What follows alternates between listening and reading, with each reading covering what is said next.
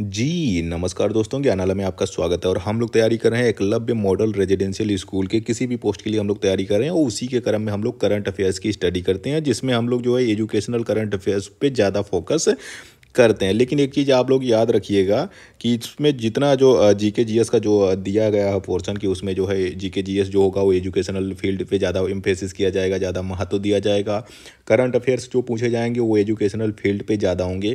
लेकिन इसका ये मतलब नहीं है कि सिर्फ ये एजुकेशनल फील्ड पे ही पूछेंगे, ये ऐसा कुछ नहीं लिखा हुआ है। अगर आप लोगों ने केबीएस का प्रीवियस ईयर का क्वेश्चन देखा होगा तो उसमें भी सेम चीज़ यही लिखे हैं। सिलेबस में यही लिखा हुआ है कि हम जो जीके जीएस पूछेंगे, जो करंट अफेयर्स पूछेंगे, वो हमारा ज़्यादा महत्व किस पे रहेगा, एजुकेशनल फील्ड पे रहेगा। इसके बावजूद इन्होंने जो होता है नॉन एजुकेशनल फील्ड से बहुत सारे क्वेश्चंस पूछे गए हैं। तो इस चीज़ को भी आप लोग ध्यान रखिएगा। जो महत्वपूर्ण टॉपिक्स हैं, जो महत्वपूर्ण इवेंट्स हैं, करंट अफेयर्स हैं, उसको भी साथ में पढ़ के चलना होगा। फिलहाल जो है ज़्यादा फोकस तो इसी पे करना है, एजुकेशनल पे ही करना है। लेकिन ऐसा नहीं है कि बाकी सारी चीज़ों को आप एकदम पूरा इग्नोर कर दो। बहुत बड़ी चीज़ हो गई, आप G20 का सम्मेलन हो गया, उसके बारे में आपने कुछ नहीं पढ़ा, आपने जो है चंद्रयान 3 के बारे में कुछ नहीं पढ़ा या कुछ इस तरह से रिलेटेड है। तो जो महत्वपूर्ण इंपॉर्टेंट चीज़ है, चाहे वो नॉन एजुकेशनल फील्ड की ही क्यों ना हो, उसको पढ़ के जाना। एक बार थोड़ा सा ध्यान रखना, बहुत ज़्यादा उस पर दुखी होने या वरी होने की ज़रूरत नहीं है। लेकिन हाँ, थोड़ा सा आप लोग उस पर अटेंटिव रहिएगा, थोड़ा ध्यान दीजिएगा। तो चलिए हम लोग शुरू करते हैं। इसके पहले वाला जो 29वां पार्ट था और इस दोनों पार्ट का एक संयुक्त पीडीएफ जो है अभी आप लोगों को इसमें डिस्क्रिप्शन बॉक्स में आप लोगों को मिल जाएगा। तो उसको आप लोग बाद में अभी डाउनलोड कर लीजिएगा। फिलहाल चलिए हम लोग पहले पूरा देख लेते हैं एक बार।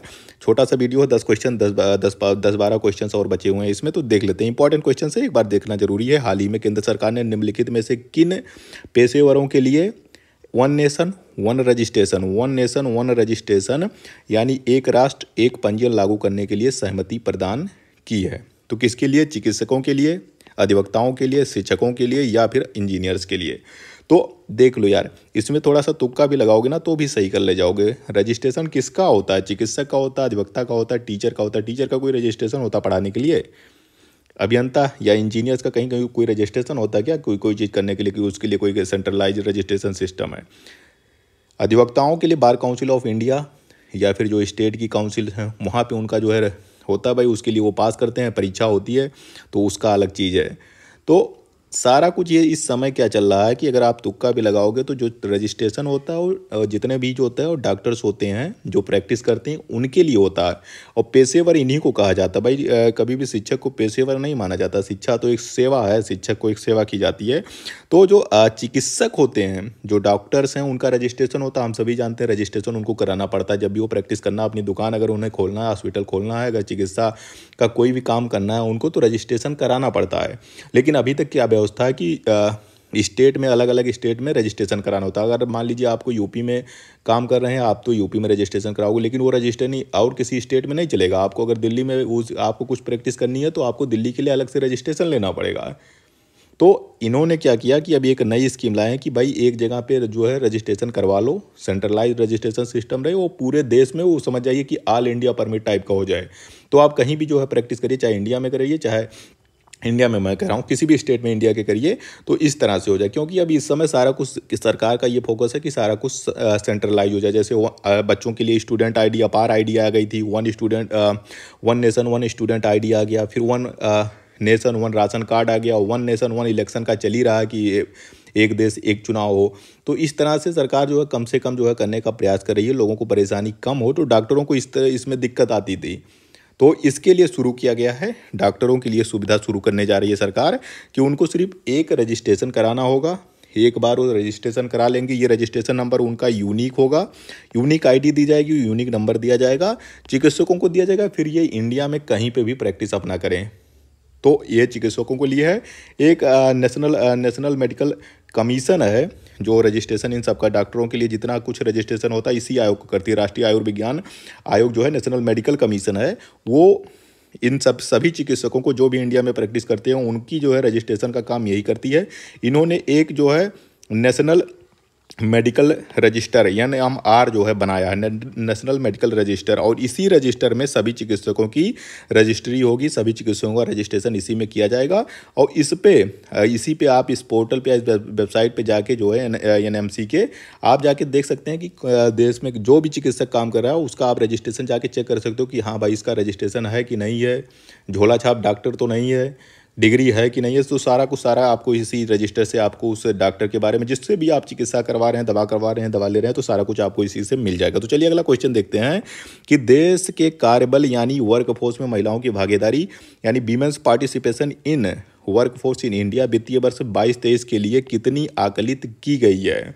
अब ये एजुकेशन से रिलेटेड नहीं है, लेकिन सरकार का फोकस हमेशा नारी शक्ति पे रहा है, महिलाओं के सशक्तिकरण पे फोकस इस समय ज़्यादा है, तो थोड़ा सा इसको ध्यान कर लीजिए। कोई बहुत बड़ी चीज़ है नहीं इसमें। 17%, 27%, 17% बहुत कम हो गया, 27%, 47% बहुत ज़्यादा हो गया, तो राइट आंसर हो गया 37%। 37% जो होता है, जो वीमेंस पार्टिसिपेशन है इन वर्कफोर्स इन इंडिया, वो 37% है। और इसी में हो गया ना 35% का गवर्नमेंट जॉब में 35% का आरक्षण किसने दिया, एमपी गवर्नमेंट में दिया है। फिर 33% का आरक्षण चल रहा है नारी शक्ति वंदन करके, जो विधेयक आया है संसद में, उसमें चल रहा है कि जो संसद वाला चुनाव होता है, संसदीय चुनाव होता है, और क्या होता है विधायकी के जो चुनाव होते हैं, उनमें 33% महिलाओं के आरक्षण की बात चल रही है। बिल जो है पेश किया गया, हो सकता है जो राष्ट्रपति जी उस पर साइन कर देंगे तो मंजूरी मिल जाएगी। तो ये सारा ये हो गया। हमें सिर्फ इतना याद करना कि 37% जो है इस समय है। जितनी यहाँ पे देखिए, इसको 37% कर लीजिएगा। 37%, 37% है। जितने भी अगर 100 किसी जगह पे 100 लोग काम कर रहे हैं, तो उस 100 में से अब 37% महिलाएं उसमें काम कर रही हैं। ये है उसका पूरा मतलब हो गया। वर्कफोर्स में यही मतलब होता है। तो आप लोग याद रखिएगा, महिलाओं का पार्टिसिपेशन लगातार बढ़ रहा है, शिक्षा महिलाओं में बढ़ रही है, तो एक अच्छी खबर है, सबके लिए अच्छी चीज़ है। चलिए हम लोग अगला क्वेश्चन देखते हैं कि इन स्पेस की स्वीकृति से निम्नलिखित में से किस विश्वविद्यालय ने अपना खुद का सैटेलाइट लॉन्च करने की योजना बताई है। ये इन स्पेस जो है, ये एक सैटेलाइट है, एक विश्वविद्यालय ने इसको बनाया है और इसको जल्द ही इसरो की मदद से लॉन्च किया जाएगा। तो वो कौन सा विश्वविद्यालय है जिसने इन स्पेस नाम की सैटेलाइट बनाई है? दिल्ली विश्वविद्यालय, जवाहरलाल नेहरू विश्वविद्यालय, अलीगढ़ मुस्लिम विश्वविद्यालय या काशी हिंदू विश्वविद्यालय?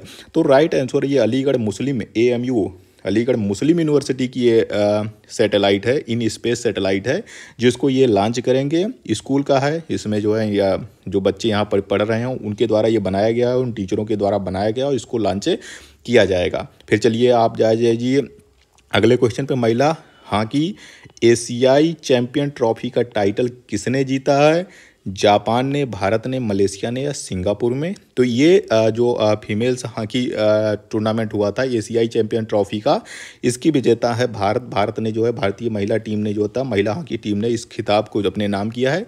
जापान के साथ फाइनल मैच हुआ था, जापान को जो है 4-0 से भारतीय महिला टीम ने हरा के ये ट्रॉफी अपने नाम की है। चलिए अगला देखते हैं कि भारत के मुख्य सूचना आयुक्त के रूप में किसे नियुक्त किया गया है? YK सिन्हा, विक्रम कुमार, हीरालाल सामरिया या फिर विनय ओझा? ये इसलिए इम्पॉर्टेंट हो जाता है मुख्य सूचना आयुक्त का, CIC इसको कहते हैं, मुख्य सूचना आयुक्त, चीफ इंफॉर्मेशन कमिश्नर इनको कहा जाता है। तो मुख्य सूचना आयुक्त जो है, जो चुने गए हैं वो हीरालाल सामरिया हैं। ये राजस्थान के रहने वाले हैं, राजस्थान के हैं, काडर के हैं।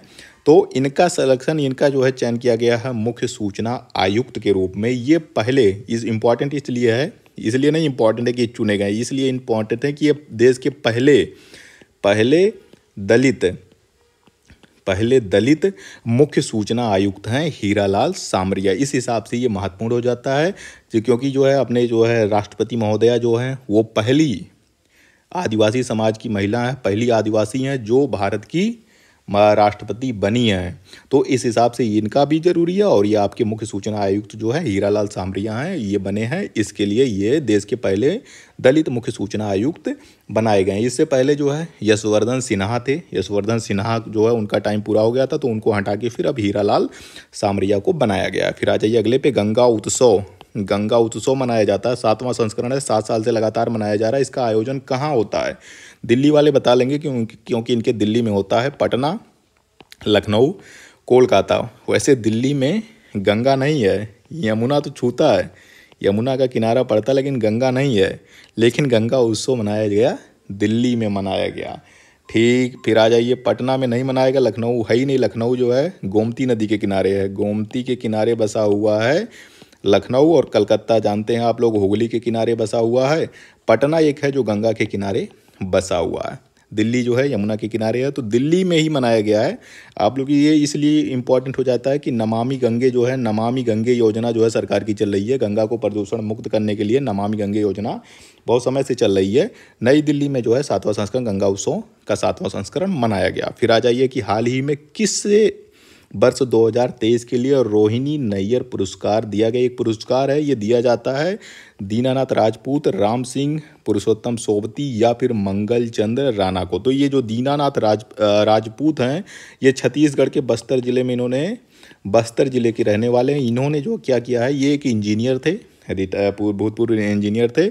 ये गांव में जो है, जो आदिवासी महिलाएं हैं, उनके उत्थान में इन्होंने काफ़ी योगदान दिया है, काफ़ी काम किया है। ये बनाए इन्होंने बहुत सारे जो है फार्मर प्रोड्यूसर ग्रुप या ऑर्गेनाइजेशन बनाया है, जिसमें जो होता है किसान उत्पादक संगठन बनाया जाता है, या एफपीओ जिसको कहते हैं। उन्होंने महिलाओं के साथ बहुत सारे एफपीओ बस्तर जिले में आदिवासी महिलाओं के साथ बनाया हुआ है, ये ग्रुप बनाया हुआ है। उनके सशक्तिकरण के लिए, उनके आर्थिक विकास के लिए इन्होंने काफ़ी काम किया है। उसी के लिए जो है इनको 2023 का रोहिणी नैयर पुरस्कार दिया गया है। फिर आ जाइए कि 18वें क्वेश्चन पे, हाल ही में जारी वर्ष 2023 के हरून इंडिया परोपकारी सूची में शीर्ष में सबसे ऊपर कौन रहे। तो परोपकारी सूची में होता है सबसे ज़्यादा दान किसने किया। गौतम अडानी, शिव नादर, नंदन नीलेकणी या बजाज फैमिली। शिव नादर साहब जो है बहुत ज़्यादा दान करते हैं। कई बार ये एचसीएल के संस्थापक हैं, एचसीएल कंपनी जो है उसके संस्थापक हैं शिव नादर। और इन्होंने जो है ये बहुत ज़्यादा काफ़ी हैवी अमाउंट में जो है ये हमेशा हर साल जो है ये अपना जो भी इनकी संपत्ति होती है उसका ये दान करते हैं। इस वर्ष का भी सबसे ज़्यादा दान करने का इन्हीं को जो है इन्होंने सबसे ज़्यादा दान किया है। तो ये आप लोग इसको नोट करके जाइएगा। फिर 19वें नंबर पे, किस राज्य ने कोचिंग सेंटर में 9वीं तक की कक्षा के लिए प्रवेश को वर्जित कर दिया गया है। ये कोचिंग वाली जो सिस्टम है ना, इसको ख़त्म करना ज़रूरी है। अब जो है जैसे ही बच्चा एलकेजी में पढ़ता है, घर वाले भी वैसे होते हैं, कक्षा 1 के, कक्षा 2 के, इन सबको कोचिंग में भेज देते हैं। अरे भाई, पूरा दिन भर बच्चा पढ़ के आता है और फिर उसको कोचिंग में भी भेज देते हैं। अब तो ऑनलाइन करा देंगे या फिर जो है भेज देंगे। दिन भर पढ़ेगा ही भाई, तो बाकी चीज़ों को भी तो खेलना कूदना भी तो होता है। ऐसा कौन सा है कि 5वीं का बच्चा, 6वीं का बच्चा उसको IAS PCS अभी से बना रहे हो। पहले पढ़ने तो बनने जो। तो ये एक अच्छी चीज़ है जिसने वो कर दिया, बैन कर दिया कि 9 से नीचे तक के कोई भी बच्चे को जो है अब जो है कोचिंग, कोई भी जो है कोचिंग संस्था नहीं पढ़ाएगी। ये इसलिए किया गया है, आप लोगों ने कोटा में इस समय देखा होगा, कोटा में डेली जो है बच्चे सुसाइड कर रहे हैं। बहुत दुखद है, बहुत सारे बच्चे सुसाइड कोटा में कर रहे हैं, टेंशन की वजह से, सिलेक्शन ना होने की वजह से। वहाँ पर तैयारी होती है। अब उसी टेंशन को कम करने के लिए वहाँ बहुत सारी कमेटी भी बनाई गई है, कोचिंग वालों की भी काउंसलिंग हो रही है, बच्चों वालों की भी काउंसलिंग हो रही है। और उसी क्रम में राजस्थान सरकार ने ये फैसला लिया कि 9वीं तक के कोई भी बच्चा कोचिंग में अगर कोई पढ़ाता हुआ मिल गया तो उसके खिलाफ कार्रवाई की जाएगी। ये अच्छी चीज़ है, किसी को भी नहीं करना चाहिए भाई। क्यों पढ़े भाई, एक से लेके जो अब स्कूल में इतना टाइम, स्कूल वाले आजकल वैसे नहीं छोड़ते हैं, वो लगातार पढ़ा, तो उसके बाद भी अगर बच्चे को कोचिंग भेज रहे हो तो क्या मतलब। परिवार वाले भी चाहते हैं कि भाई हो जाए, ठीक है, पढ़ना अच्छी चीज़ है, लेकिन अब बहुत ज़्यादा पढ़ाना मतलब वो ठीक नहीं है। तो अच्छी चीज़ है, इन्होंने बंद कर दिया। राजस्थान सरकार की ये एक पहल है, अच्छी पहल मैं इसको मानता हूँ। फिर आ जाइए आप 20वें क्वेश्चन पे कि केंद्रीय विश्वविद्यालयों के लिए UGC यूनिवर्सिटी ग्रांट कमीशन द्वारा शुरू किए गए एकीकृत संकाय भर्ती पोर्टल का क्या नाम दिया गया है। UGC ने, यूनिवर्सिटी ग्रांट कमीशन ने एक जो है ऐप बनाया है, एक पोर्टल बनाया है, भर्ती पोर्टल है असल में, जिसका नाम है CU चैन। जितनी भी केंद्रीय सेंट्रल यूनिवर्सिटीज़ हैं, उनके जितने भी जो है फैकल्टी होगी, फैकल्टी में जितने भी भर्ती होती है, एप्लीकेशन से निकलते हैं, वो एक एकीकृत पोर्टल बना दिया गया। देश के जितने भी सेंट्रल यूनिवर्सिटी में कहीं पे भी निकले, आप इस पे जाइए, वहाँ पे जितना कुछ एप्लीकेशन, जिस यूनिवर्सिटी में जितने भी पोस्ट निकले होंगे प्रोफेसर के, असिस्टेंट प्रोफेसर के, आप उसमें देख सकते हैं, अप्लाई कर सकते हैं। वहीं से अपना जो एप्लीकेशन आपका है उसको ट्रैक कर सकते हैं। तो आप इसको याद कर लीजिएगा, आगे आपके इसके काम में आएगा। अगर आप लोगों को भी जो है प्रोफेसर, असिस्टेंट प्रोफेसर के लिए किसी सेंट्रल यूनिवर्सिटी में फॉर्म भरना होगा तो इससे जाके आप लोग भर पाएंगे। चलिए अगला देखते हैं। फिर 21वां क्वेश्चन है कि अंतर्राष्ट्रीय शिक्षा दिवस 2023 का विषय क्या था। वैसे ये कब जाता है। अंतर्राष्ट्रीय शिक्षा दिवस, इंटरनेशनल डे ऑफ एजुकेशन, कब मनाया जाता है।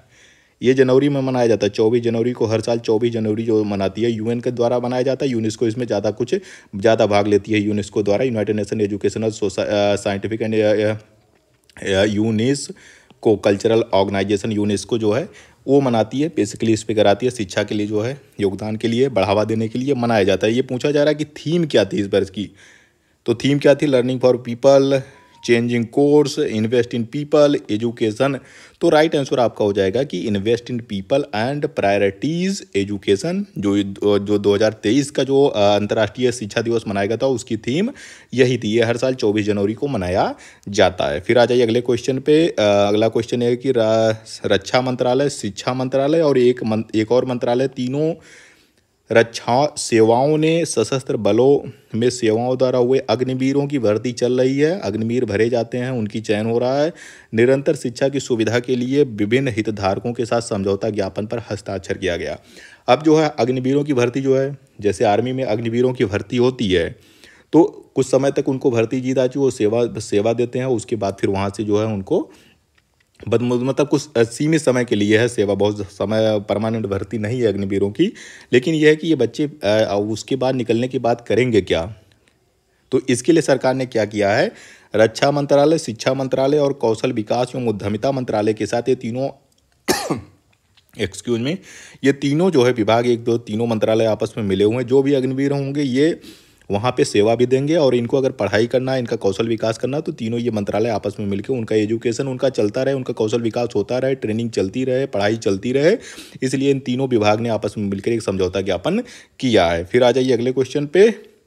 अगला क्वेश्चन ये है कि हाल ही में जून 2022 में, 2022 का हाल ही में नहीं है भाई, अब 2022 का, लेकिन हम लोग इसको पढ़ लेते हैं। अश्विनी वैष्णव जो इस मंत्रालय के जो है मंत्री हैं, मिशन कर्मयोगी, ये एक ऐप जो है एक डाक विभाग द्वारा एक ई लर्निंग प्लेटफॉर्म शुरू किया गया है मिशन कर्मयोगी के तहत। उसका क्या नाम है, उस पोर्टल का क्या नाम है जिसकी शुरुआत की है, डाक पत्र योगी, डाक कर्मयोगी, पोस्ट कर्मयोगी या डाक योगी। इसका नाम है डाक कर्मयोगी। ये 2022 में ही लॉन्च हुआ था, क्योंकि रिलेटेड है एजुकेशन से, ट्रेनिंग से, तो इसको इसमें जो है एक बार जो है नाम याद कर लीजिए। डाक कर्मयोगी जो एक मिशन कर्मयोगी चल रहा, उसी मिशन कर्मयोगी के तहत ये मंत्री साहब हैं अश्विनी वैष्णव जी द्वारा ये डाक कर्मयोगी एक पोर्टल जो है, एक लर्निंग पोर्टल लॉन्च किया गया। ये ऑनलाइन ऑफलाइन दोनों चलता है, आप डाउनलोड करके ऑफलाइन भी चला सकते हैं, ऑनलाइन चला सकते हैं, जो भी अपने, क्योंकि इंडिया में बहुत सारे पोस्ट ऑफिस हैं, बहुत सारे जो होता है ग्रामीण डाक सेवक हैं, पोस्टिया डाकिया हैं, तो उन सबके ट्रेनिंग के लिए, उनकी लर्निंग के लिए, उनकी कौशल विकास के लिए, उनकी क्षमता निर्माण के लिए इस पोर्टल को लॉन्च किया गया है। तो आज का वीडियो यहीं पे समाप्त होता है। आप लोगों को अगर ये वीडियो अच्छा लगा हो तो प्लीज़ लाइक शेयर सब्सक्राइब कर दीजिएगा।